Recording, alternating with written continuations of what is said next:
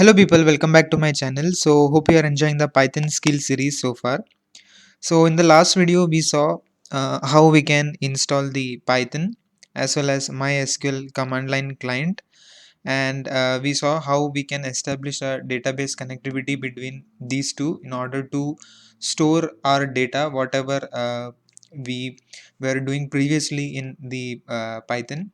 So database storage is very essential component when it comes to data science or for data processing, because whenever we create data we need to store in some format, whether it's in relational or non-relational format. Whenever we want to extract certain records in an organized manner, we basically go for some commercial or enterprise level databases. So here we are simply doing establishment, or we are storing the data in relational DBMS, so that is we are using the MySQL.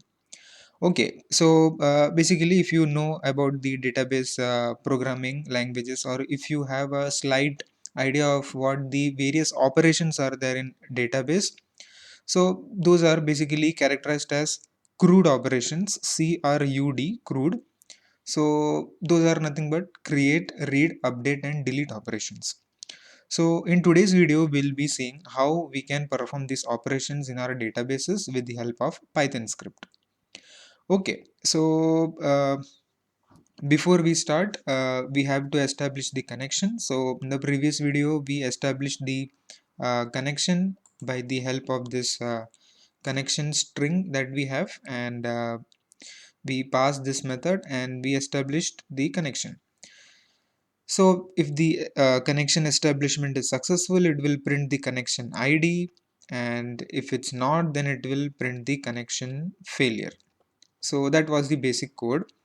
Now whenever you want to insert, or whenever in general if you want to perform any CRUD operations, create, read, update, delete operations, you want to access the database, means you want to interact with the database. So in order to interact with the database, what you need to do is you need to have certain objects, and so these objects are called as cursor objects, which you can see here. So essentially we need to do the instantiation or creation of this cursor objects. Like in Java, if you know, we do the instantiation of different objects in the classes, and then we use that object to invoke any method of any respective library in order to perform that particular operation. So in the similar way, we have a method that is cursor, and we are invoking this particular method of this particular class, that is MySQL connector, with the help of con. So con is the object from where we have the connection establishment. So whatever connection we get from this particular statement, that is stored in con, and from con we are invoking the cursor method, and whatever that result we get after this, we are storing in cursor object.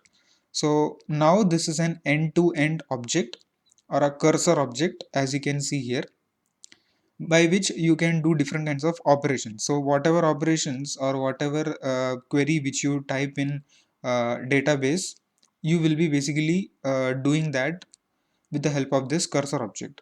This name of this variable can be anything. Just for the simplicity, I just kept it as cursor object, cur object. So after you did this, what you want to do is you want to first do the create operations. Now create operations are in three ways. So first you create the database, then you create the table, and then you create the data. So creation is broken down into these three levels. So first, in order to create a table, you need to have a database. So for that, uh, you have this command. So just look into what this string is. So create database and name of the database. So name of the database that I'm using is Nidoran. So if you just know, or if you remember, if you did some programming in SQL Server Management Studio or MySQL Workbench, this basically is the query that you write. But now what you do is, this is nothing but a query string. So whatever you put in double quotes, that comes a string, and inside this, that is nothing but a valid query which is understood by the underlying DBMS. So this query string you are passing to an object q1, and you are calling an inbuilt method of the class of MySQL connector, that is dot execute, and to this I am passing this q1. So it will basically create the database. So let's go ahead and just run this. So okay, so that means our connection was successful. So if you want to check, so what you basically write is show databases. So you can see that is Nidoran is there. So whatever we have created, we now get to see that in our databases. So that is there in our MySQL database. Now after you create the database, next level is to create a table. So inside table you create rows and columns for data. So for that you need to have a structure. So that structure is nothing but the table. So now you create the table. So before you do the table creation, first you want to mention in which database you want to put this table. Why? Because as you can see here, there are these many number of databases. So you want to specify your query, or you want to make understand your SQL client, like where I want to put my table into. So in order to do that, here in the connection string, we write database is equal to whatever we have created here. Just pass the name of this, that is key value. So everything which you see here, that is nothing but a key value pair which you can see. So now just make sure like you comment this out, because this is one time activity, table creation, then database creation. So these are one time activity, else if you do again and again, it will throw an error, means showing like the database or table already exists. So what I'm basically doing is my table will be a table of transcript. Transcript is nothing but the records of whatever subjects you have taken and the grade points which you obtained. So this is my query. This is the normal query that we write in SQL. So that is create table, name of the table, transcript. Now when this particular table goes into SQL, it's case insensitive, means everything will be considered as lower cases. So to this, what I'm passing is my columns are nothing but course ID, and the data type of it, that is integer of length 4. Then course, name of the course, that is varchar. So this will be obviously a string value. And finally GPA, that is of float, means you can have decimal point values and so on. And then I'm just executing this similarly how I did for database creation. So let's go ahead and just run this. Okay, so means connection is successful. And if you want to see that is whether that table exists or not, so first you want to write use Nidoran, means you can see the database has changed now. Now just write show tables. So it will show the tables which are available in Nidoran, that is transcript. So you can see that is this particular name of the table, this is in lowercase, and when we created here, this was in uppercase, so it converts everything into lowercase. And if you want to write select star, means I want all the columns from transcript, it is empty set. Why? Because there is no particular entry in that, means it is empty, means that structure exists, you don't have any data inserted into that. Okay, so no worries, we'll just go and insert the data into that. So just comment this out, because now we have already created. So the third part of create operation comprises of data creation. So there are two ways you can create the data. I'll be discussing both of the ways. So the first way is to manually insert the data. So that is how we used to do in our normal SQL Workbench or SQL Server Management Studio. So for this, I have a query string that is Q3, and what my query string is, insert into transcript, that is name of the table, and the values, and these three things corresponds to these three columns. So these things, that is percent s, percent s, percent s, if you remember, we have discussed that is this is nothing but formatted print statement. So it will take these values and it will print into your table. So it will basically insert these many records. So the first record that we have is this is the ID, and this is the name of the course, that is data science, and this is the GPA, grade point average. Second is this record, and third is this record. So we want to insert this, but whatever we want to insert, we want to execute that also. So let me enable this dot execute, and once it executes, you want to save this results permanently, means you want to commit this to your database or the table where you are putting. So for that, you will write con.commit. So con is an object of this connector, and your object is whatever you get from here. Okay, so let me just run this. Okay, so connection is successful, and if I say select star from transcript, so it will show these many entries or tables or table entries, whatever we have done so far. And if you just notice that this value was 2.0, but internally did a truncation, so it will not consider that precision after zero point 0. So if you want to maintain that, you want to mention like float, and after float you want to give in parenthesis like how much precision you want, like two objects or two digits and precision value up to 2 or up till 1. So that activity you can do by yourself to check. Okay, so this was one way. So this was like manually you just do it. You just print this. How many records you want to put in corresponding to that? You want to write that many execute statements, and then one commit statement. But that is more or less tedious activity. So what we can do is, since we are doing in Python, and so we love one liners in Python, we can basically create a list, and we can do this activity with the help of list.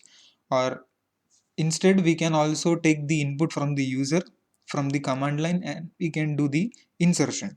So here I'll just show how we can do the insertion with the help of list. So let me just comment this out. Okay, and this is my list, that is white list. I just kept the name. You can keep any name, and to white list I'm just passing these many entries. So this is my list of tuples. This is one tuple. It consists of deep learning, and this is the grade. This is visual analytics. This is another one, and this is the last one, that is data mining. So into this list we are passing three tuples, and we want to execute this. So for individual execution of one record we used execute, and for multiple execution within one statement we can write execute many.